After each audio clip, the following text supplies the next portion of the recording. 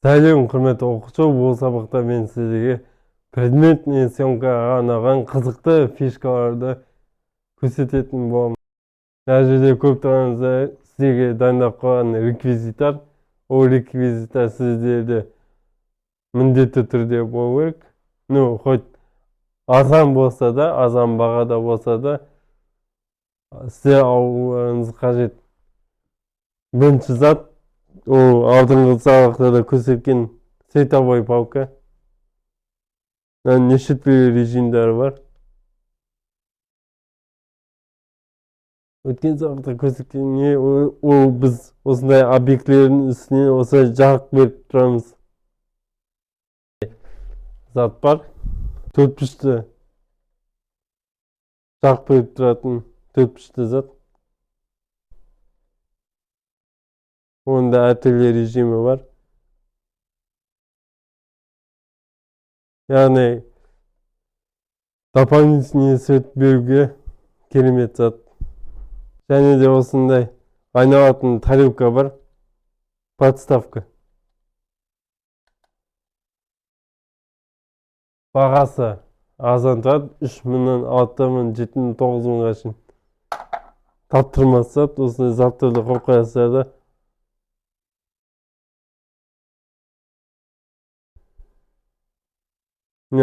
Айналып тұр, иә. Одан кейінгі зат, егер де сізде үлкен штатив болмаса, осындай бір кішігірім моноподты алсаңыздар да болады. Мойны бәрі қызарады. Аяғы да бар штатив болады. Сол телефондарыңызды осыған қысып қоясыздар да. Столға қойасыз, және де предметный съемка жасайсыз. Қолдарыңыз главный, видео главный дірілдемейтін болады. Ноутбук бізде бекерден бекер емес. Бізге ноутбук фон ретінде қолдануға болады. Мысалы, істіп қоямыз да.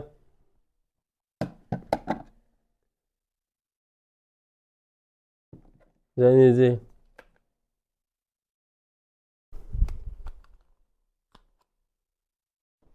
телефонды аламыз, осылай қысып қоямыз.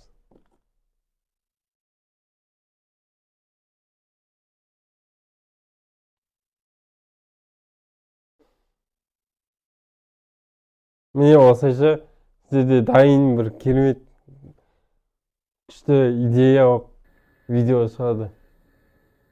Креативті видео шығады. Мына жерде көріп тұрғаныңызда екі фон тұр, қара фон мен жасыл фон. Жасыл фонды қоятын болсаңыздар, кез келген фонды қоюға болады. Яғни хромакей дейді ғой. Хромакейді көбінесе киноларда, клиптерде қолданады, басқа бір керемет видео жасағанда қолданады. Мұнда да то же самый, неше түрлі фондарға қоюға болады. Ал артында тұрған қара фон, ол қара фонды біз кабинеттің светін өшіріп қоямыз да, және де жалғыз бір светтен объект күшті, тастай қараңғыда күшті видео шығару үшін арналады.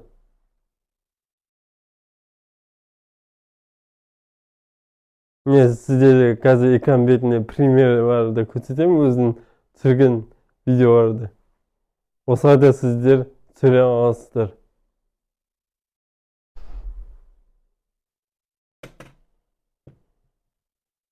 Ал мен сіздерге қазір бір-екі видеоны қалай түсіру екенін көрсетемін. Әуелі сіздер телефонның камерасын түзетесіздер.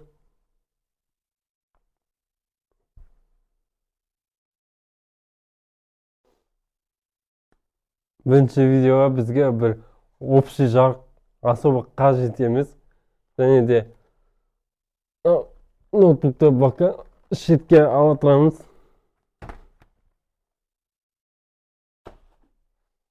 Бізге тек қана духи, тарелка, жарық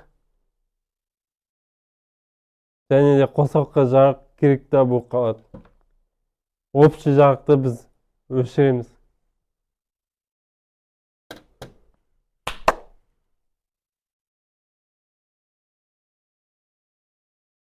Жарықты қосамыз. Айналдырамыз. Камераны біз 1x немесе 2x-қа қосамыз. Мысалы камера қозғалмай тұру керек.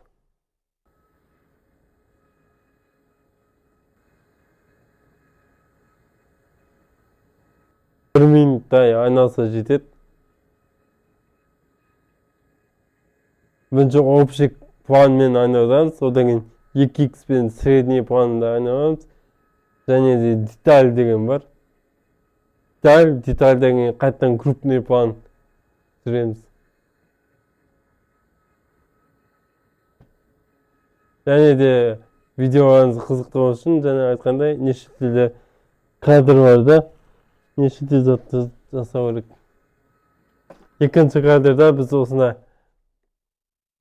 су себетінді қолданамыз.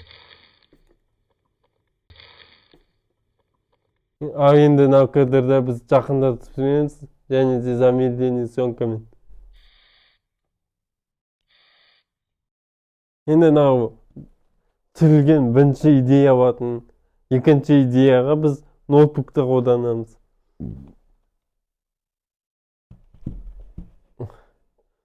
Біз ноутбукта керекті фонды таңдаймыз.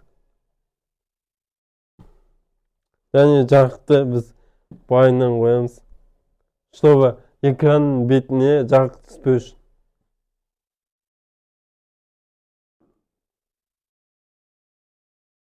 Play басамыз.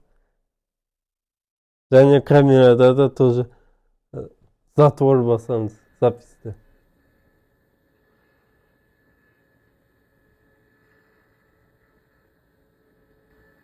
Сізге мысал ретінде бір фонды қосқан болатын. Ал сіздер кез келген өздеріңізге ұнайтын фонды қоясыздар. Міне осылайша бұл сабақ соңына жетті. Мен сізге керемет қызықты креативті идеяларды предметный съемкаға қалай қолдануға болатынын көрсеттім. Ал сіздер бұны практикада қолданасыздар деп ойлаймын.